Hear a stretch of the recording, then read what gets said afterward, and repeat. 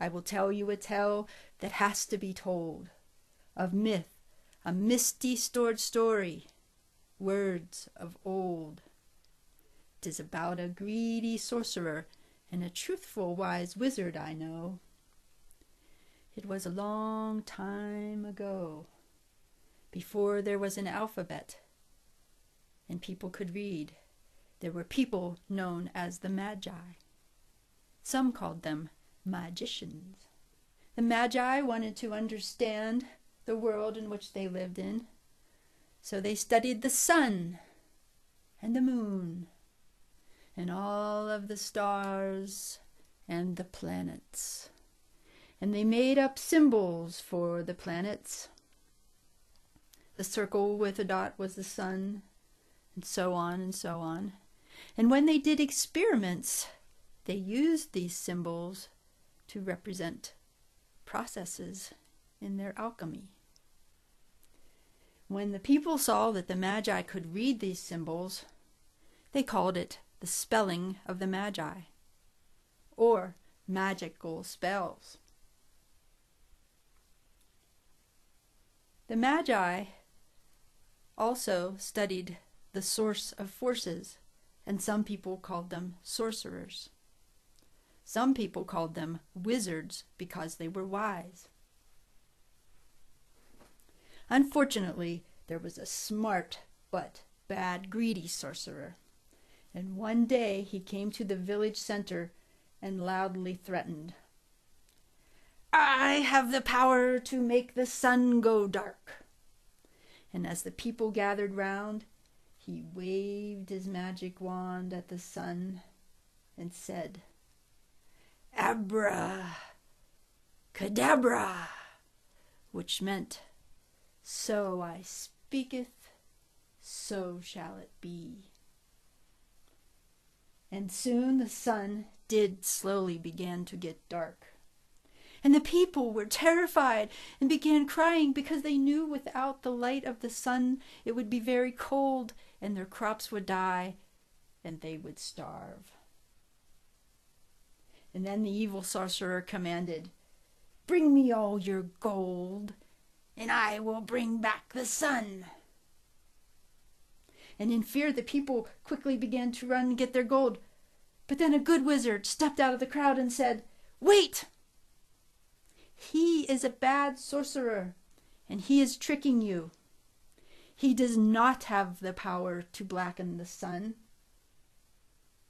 He has studied the movement of the sun and stars, and he knows that it's only a solar eclipse, where the moon's shadow comes between the earth and the sun and makes a shadow onto the earth."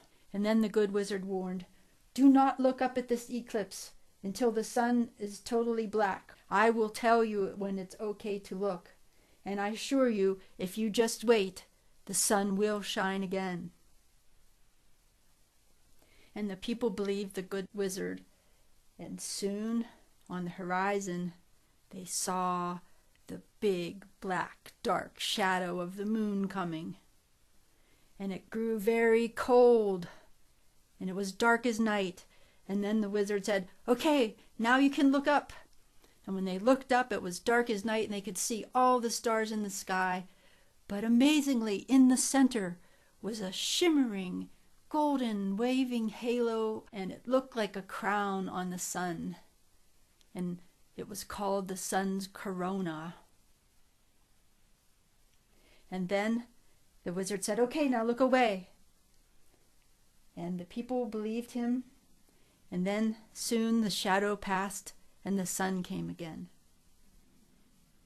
And the people began cheering, and they called the good wizard magnificent, and they called him Your Majesty.